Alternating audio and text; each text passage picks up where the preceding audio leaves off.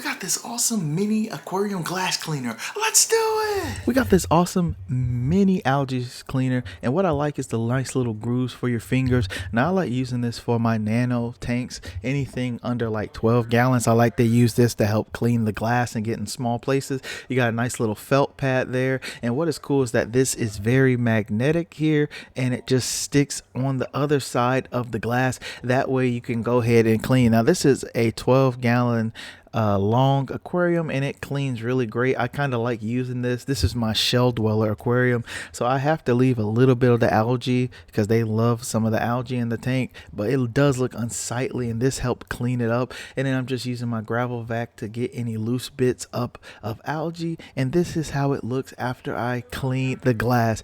Overall, this is an awesome product, and I would recommend.